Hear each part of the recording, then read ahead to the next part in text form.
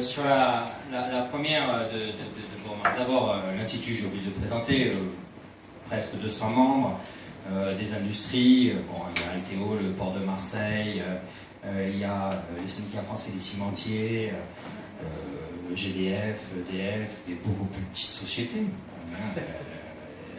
notamment. Pas encore de brasseurs. C'est aussi les éco-organismes, éco-emballage, éco-folio, etc. C'est les organismes qui sont en charge de mettre en place la collecte des différents déchets. Donc éco-emballage, c'est les déchets ménagers, éco-folio, c'est le papier, éco-mobilier, c'est les meubles, etc. Il y en a une quinzaine, il doit y en avoir 7 ou 8 dans l'Institut.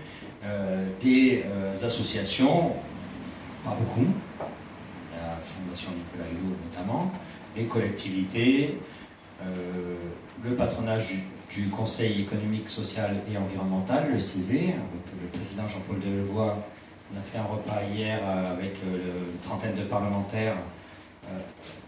Le CESE, c'est la 3e chambre. Hein. Il y a les chambres députés, sénateurs et le Conseil économique, et social et environnemental. Il en existe une déclinaison dans chaque région.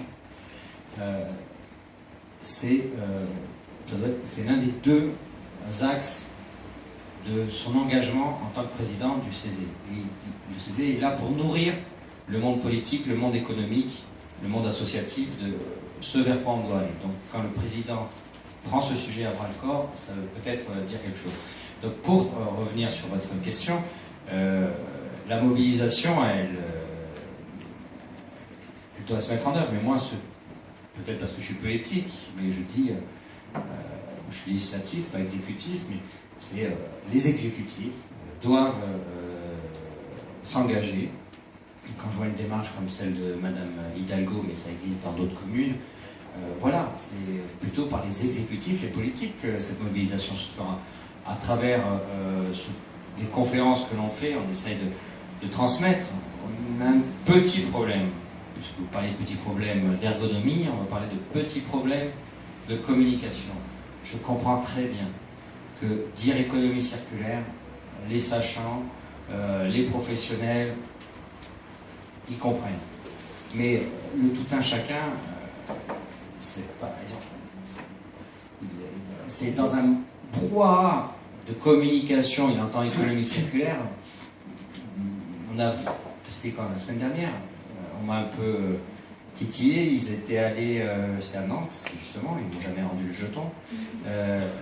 Et en plus, ils m'ont fait passer un film dans lequel ils interviewaient dans la rue des dizaines de personnes. Il n'y en a aucune qui a vraiment compris, disons, eu l'idée de ce que c'était économie circulaire.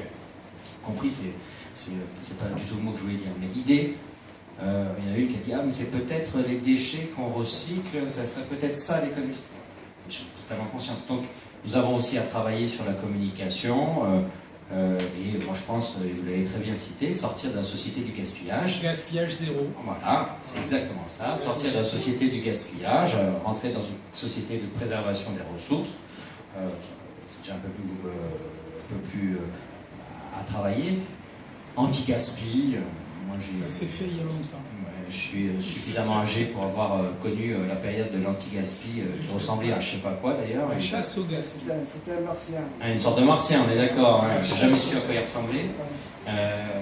Aujourd'hui, il faudrait que ce soit un terrien qui ressemble à anti-gaspi. En étant quelqu'un. Un terrien en étant quelqu'un. Oui.